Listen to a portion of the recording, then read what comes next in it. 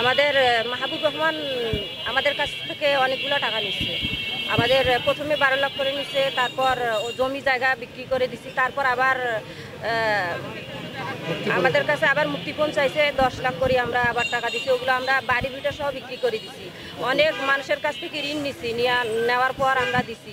এখন আমরা খুব নিঃস্ব, আমরা অনেক বাড়িতেও থাকতে পারতেছি না, পালাই বেড়াইতেছি। পাকিস্তান যাইতে হবে এই কথা বলে আমাদেরকে পাকিস্তান নিয়ে যায় ফ্লাইটে। নেওয়ার পর বলতেছে এখানে তো ভিসা হচ্ছে না, তোমাদেরকে ইরান যাইতে হবে।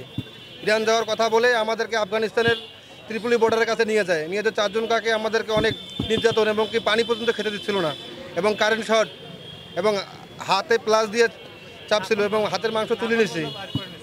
একবার মনে খাওয়া দাওয়া কোনো বন্ধ, 2-3 দিন কোনো খাইতে দেয় নাই, এমনকি পানি পর্যন্ত খেতে দিচ্ছিল না।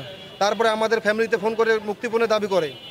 আমি আজকে এখানে আসছি প্রতারক মাহবুব ও আশরাফির বিচার চাওয়ার জন্য। মাহবুবুর রহমান হচ্ছে যে প্রথমে গ্রিস নেওয়ার কথা বলে আমার হাজব্যান্ডের কাছ থেকে 12 লাখ টাকা নেয়।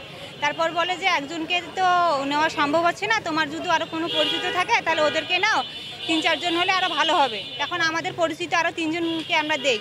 দেওয়ার পরে হচ্ছে যে আমাদের কাছ থেকে 12 লাখ করে টাকা নেয় প্রথমতে।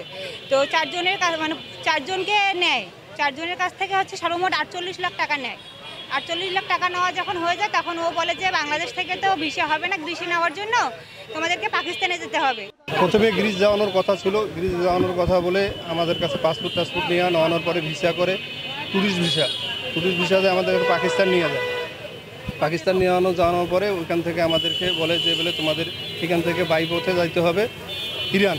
তো ইরানের কথা বলে আমাদেরকে নিয়ে যায় আফগানিস্তানে যাওয়ানোর পরে ওইখানে তো মনে করেন আমরা একটু অসুস্থ হয়ে পড়ি। বিশেষ করে আমি অসুস্থ ছিলাম, এরা তখন সুস্থ ছিল, না খেয়ে অনেক দিন ছিলাম। দেখানোর পরে জঙ্গলের মধ্যে শুয়ে রাখতো, দেখানোর পরে অনেক নির্যাতন, ঠিক আছে। তো তারপরে ওরা নির্যাতন করার যে ছবিগুলো ছিল ওগুলো বাড়িতে পাঠাইতো, পাঠায় মনে করেন টাকার খুব চাপ দিত।